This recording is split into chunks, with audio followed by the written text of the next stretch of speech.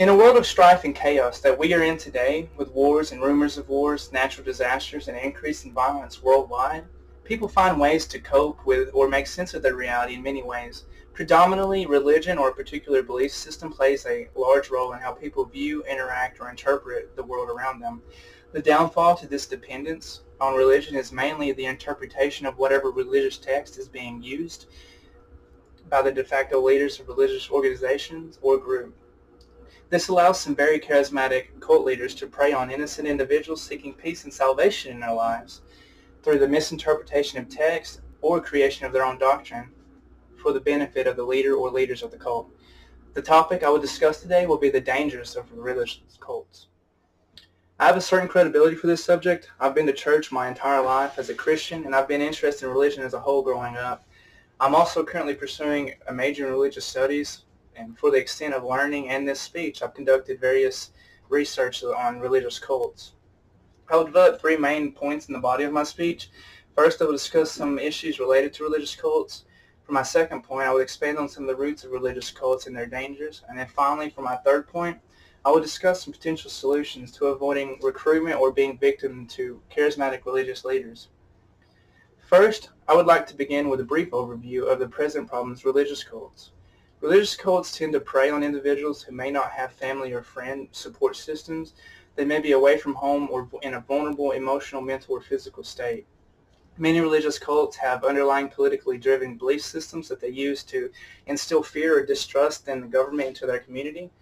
This in turn allows them to build unwitting victims to rely solely on the leader or the community, as opposed to seeking outside help.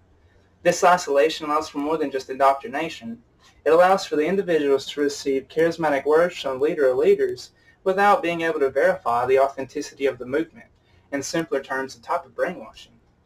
David Torish, in the 2011 book, The Sage Handbook of Leadership, Chapter 16, Leadership in Cults, provides a popularly used definition of a cult as, quote, a group or a movement exhibiting great excessive devotion to one person, idea, or thing, and employing unethical, manipulative, or coercive techniques of persuasion and control, designed to advance the goals of the group's leaders to the actual or possible detriment of the member, the families, or the communities.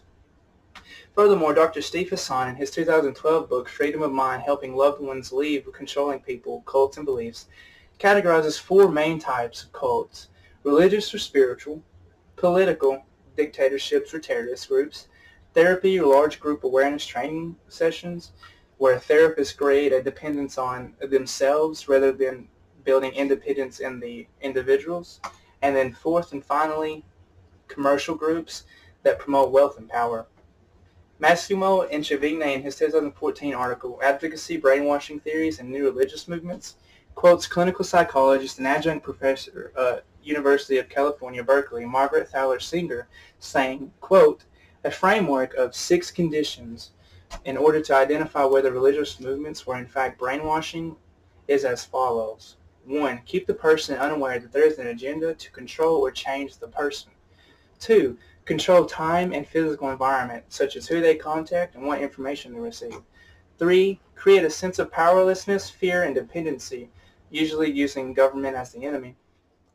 4. Suppress old habits and behaviors of the individual. 5. Instill new behaviors and attitudes of the cult leader or cult itself. And then 6. Put forth a closed system of logic, which is to say no verifiable information from outside sources. Again, Massimo Introvigne in the same article states that, quote, many of these religious movements target college students in particular, unquote. College students are usually freshly graduated from high school. They've just moved out from their parents. They're usually not aware of different recruitment tactics, motives, or dangers of religious cults. So for my second point, I will discuss some of the adverse effect religious cults cause in society and victims of their isolated agendas. Throughout the last half of the 20th century, new religious movements or cults began forming and recruiting. These cults ranged from the Branch Davidians in Waco, Texas, a group of people under the influence of their messiah, David Koresh, and his false interpretation of the Bible. Religious movements similar to Koresh's spewed anti-government propaganda to their followers and usually had an arsenal of weapons to defend themselves against the man. Heaven's Gate and People's Temple cult also became prominent in the news due to their religious leaders instigating mass suicide of their followers. Even non-religious cults were taking place, similar to the Manson family led by Charles Manson, who recruited young, lonely teenagers through drugs and sexual immorality and convinced them to conduct a series of mass murders, including the famously known murder of actress Sharon Tate. Again, Dr. Stephen Hassan is a mental health counselor whose area of expertise is destructive cults. He was also an ex-member of the Unification Church, a known dangerous cult. He was a part of the recruitment and indoctrination campaign of them. In his 2012 book, Freedom of Mind, Helping Loved Ones Leave Controlling People, Cults and Beliefs, he defines a destructive cult as, quote, when having an authoritarian group headed by a person or a group of people with near complete control. A group becomes destructive when its leader actively uses such power to deceive members and to rob them of their individuality. Furthermore, Howard S. Friedman in the 2015 Encyclopedia of Mental Health summarizes that, quote, as the group identity takes hold through a variety of high-pressure techniques exerted by both peers and group leaders, individuals experience an increasingly restrictive range of experience with limited exposure to opposing or external points of view or the values of culture or society at large, which undermines their capacity for critical thinking. And then for my third and final point, I will discuss some solutions that individuals can use to deter against being a victim of religious cults. Anyone can be at risk of being recruited into a religious cult in their lives, especially those who view religion as a staple in their livelihood. It is important that individuals be wary of religious organizations that has the tendency to go off the cuff, especially in interpreting religious text or proclaiming themselves to be divinely inspired, such as David Koresh. Most cults involve a loss of individualism for the members in lieu of the guidance of the cult leaders. If you're a part of an organization that limits your freedom of belief, opinion, contact with people, and participate in less than normal religious traditions or rituals, you may be in a type of cult. Helen Rose Eboff and Sharon Levon, in their article, Ideology, Recruitment, and Religious Groups, imply that, quote, more isolated groups tend to recruit through casual acquaintance-like friendship ties, while less isolated groups recruit members by more intimate primary type relationships such as spouses or family members.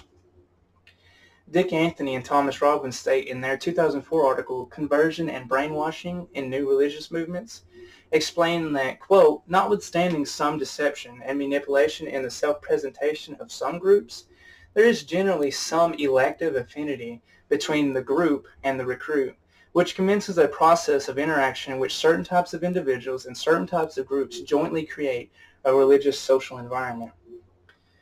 In closing, I've discussed the dangers of religious cults to individuals and society. I intended to discuss three main topics for my speech. First, I discussed the problems with religious cults. Second, I evaluated what involves a religious cult and its impact on society and individuals. And then finally, I discussed solutions to deter religious cult recruitment. Religion is an important part of our lives emotionally, mentally, and even socially. Many people who struggle with hardships rely on their spirituality to find strength to overcome physical or emotional hardship. This reliance and lack of education and the dangers of cult recruitment leave many people open to the opportunity to be recruited in a potentially dangerous religious cult. It is important when pursuing matters of religion to be able to maintain independence in your actions, beliefs, and thoughts. If the truth comes from a single individual or group without evidence supporting what they say, educating yourself on what the group or organization stands for may help deter you from falling victim to a religious cult. Thank you.